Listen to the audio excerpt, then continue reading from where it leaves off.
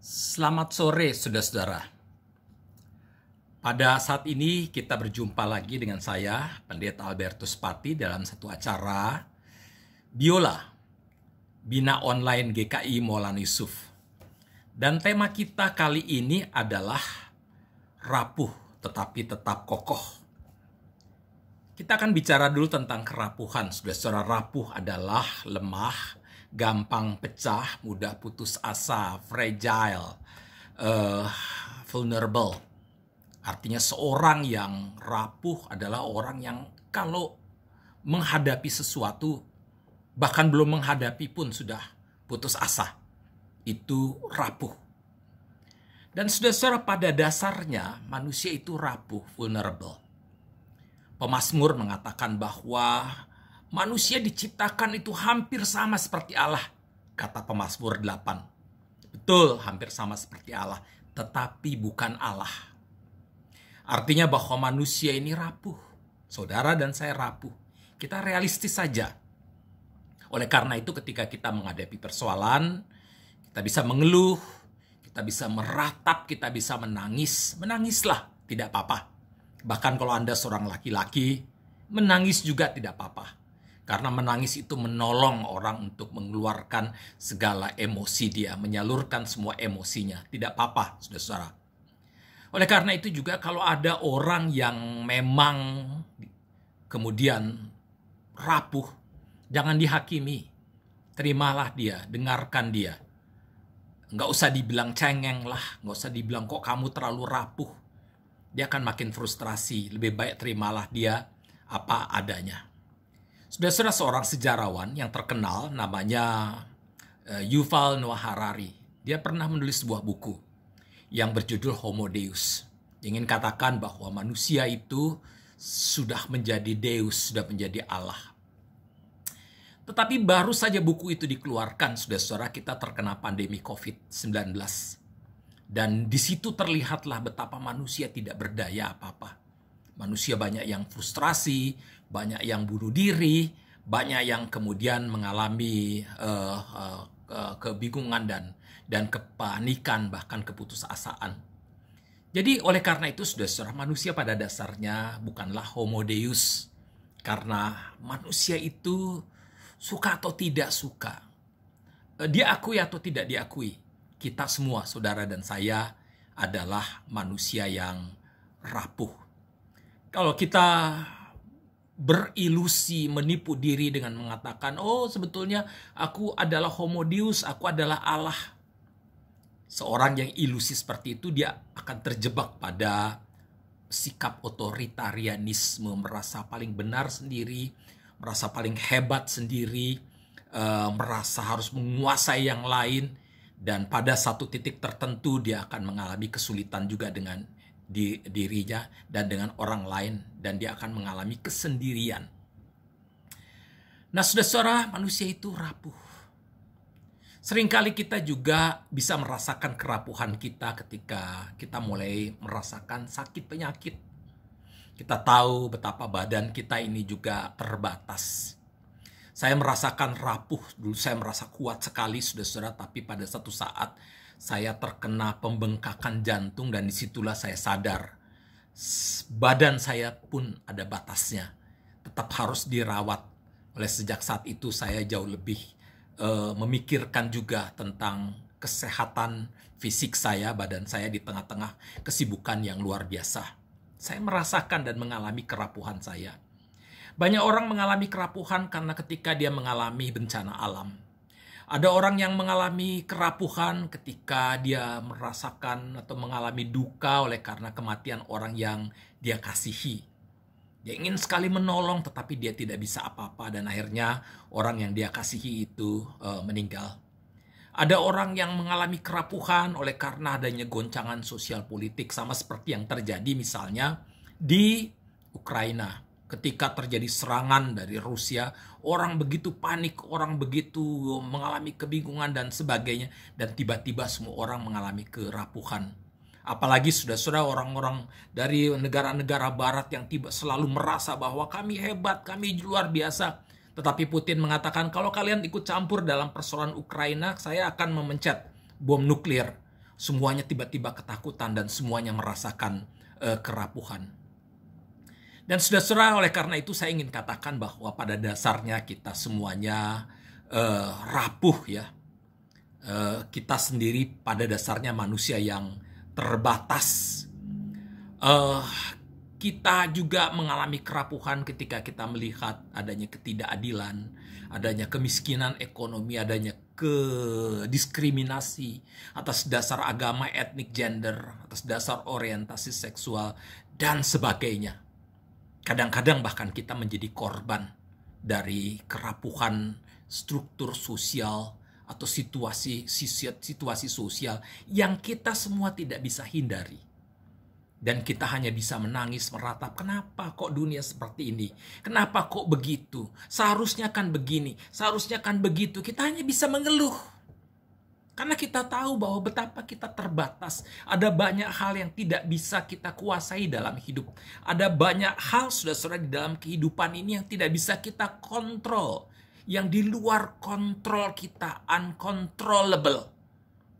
Dan pada saat itu, saudara-saudara, kita sungguh-sungguh merasakan kerapuhan. Nah, saudara-saudara, tema kita mengatakan bahwa rapuh tetapi tetap kokoh. Kenapa kita harus kokoh di tengah kerapuhan? Kita kokoh karena kita percaya bahwa kita punya Allah yang menunjukkan cinta kasihnya kepada kita. Bukan Allah yang menunjukkan keperkasaannya, tetapi Allah yang menunjukkan kasihnya. Allah boleh saja menunjukkan keperkasaannya, tetapi kalau dia tidak peduli, kita tidak akan menerima apapun pertolongan. Yang kita butuhkan adalah bukan Allah yang perkasa, tetapi Allah yang penuh kasih. Dan saudara-saudara, Alkitab mengatakan bahwa Allah yang saudara dan saya sembah adalah Allah yang penuh kasih. Allah adalah kasih. Firman Tuhan katakan, Firman Tuhan tidak mengatakan Allah adalah perkasa, tidak. Firman Tuhan katakan Allah adalah kasih. Artinya bahwa dalam kasihnya itu dia menjaga kita, dia menolong kita. Dan Allah, saudara-saudara, di dalam kasihnya itu justru ini yang luar biasa, mengalami kerapuhan manusia.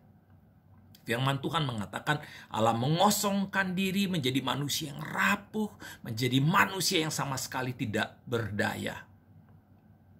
Allah di dalam Yesus bekerja di tengah manusia, dia mengalami penolakan, dia disiksa, dia disalibkan, bahkan dia meratap.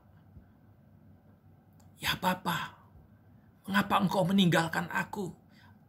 Di situ menunjukkan betapa Allah di dalam Yesus pada saat itu mengalami kerapuhan. Dan saudara tahu, kerapuhan Allah adalah kerapuhan sukarela. Bukan kerapuhan yang terpaksa atau dipaksakan dari luar. Tetapi kerapuhan yang sukarela. Karena apa? Karena cinta Allah itu kepada saudara dan saya. Cinta Allah kepada umat manusia dan dunia. Dan dalam cintanya itu Allah mengalami kerapuhan demi solidaritasnya kepada saudara dan saya. Oleh karena itu, saudara, kerapuhan bukanlah dosa. Sebaliknya, kerapuhan Allah justru menjadi cara Allah untuk menyelamatkan kita semua, menyelamatkan umat manusia dan dunia. Dan saudara-saudara, kalau kita percaya betapa Allah yang rapuh itu bukan Allah yang tidak peduli, tapi Allah yang datang dan merasakan kerapuhan kita. Allah membela kita, Allah bersama dengan kita. Dan inilah saudara-saudara yang menjadi pegangan kita, sehingga di tengah-tengah kerapuhan itu kita tidak menjadi putus asa karena kita tahu Allah beserta dengan kita dan bahkan mengalami dan merasakan menolong kita di tengah-tengah kerapuhan karena Allah sudah lebih tahu duluan tentang kerapuhan kita. Dan saudara-saudara, oleh karena itu di tengah-tengah kerapuhan jangan pernah kita terjebak pada fatalisme. Kita frustrasi, merasakan ketidakberdayaan, lalu menyerah, lalu kita menjadi putus asa. Ini saudara-saudara sifat orang yang kehilangan spiritualitas, kehilangan iman, Kalau Anda punya iman yang kuat, Anda punya iman yang kokoh, Anda punya spiritualitas dan percaya Allah bekerja di tengah-tengah kerapuhan Anda tidak akan pernah satu kali pun untuk bersikap putus asa dan langsung kemudian terjebak di dalam frustrasi yang berlebihan.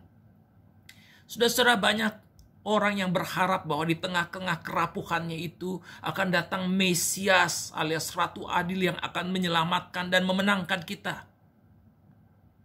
Oke, tidak masalah.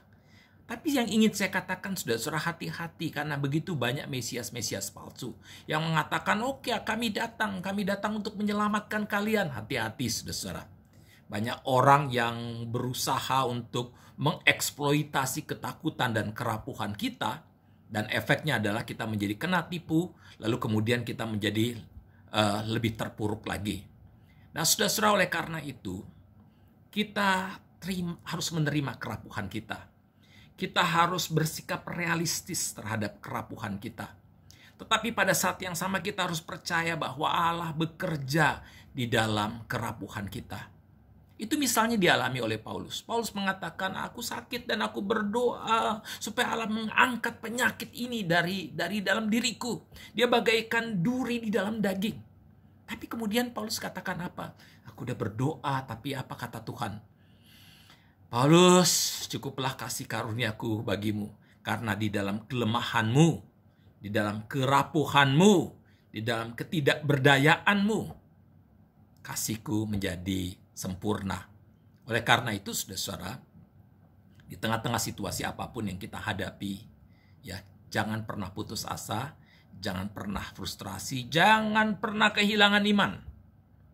Orang Israel begitu mereka dihantam, dijajah oleh Hitler, kemudian dibinasakan, begitu banyak orang, harta benda hilang, suami hilang, istri hilang, anak-anak hilang, saudara-saudara hilang, pekerjaan hilang, sekolah hilang, semuanya hilang. Tapi ada satu yang tidak hilang, saudara-saudara, iman. Mereka tidak pernah kehilangan iman kepada Allah yang akan menolong mereka dan membebaskan mereka. Oleh karena itu, saudara-saudara, di tengah-tengah situasi apapun, di tengah-tengah kerapuhan yang kita terima, tetap memiliki pengharapan. Karena Allah tahu kerapuhan Anda. Allah merasakan kerapuhan Anda. Allah menolong Anda di tengah-tengah kerapuhan. Dan justru seringkali, saudara-saudara, ini yang menarik. Di dalam kerapuhan kita itu, kasih Allah justru menjadi lebih sempurna. Oleh karena itu kita bisa tetap kokoh dan kita bisa tetap tersenyum di dalam kerapuhan kita. Saudara-saudara, selamat mengalami kerapuhan, tetapi kerapuhan yang Anda alami bersama Allah yang senantiasa mengasihi, mencintai, dan akan senantiasa menolong Anda. Tuhan berkati.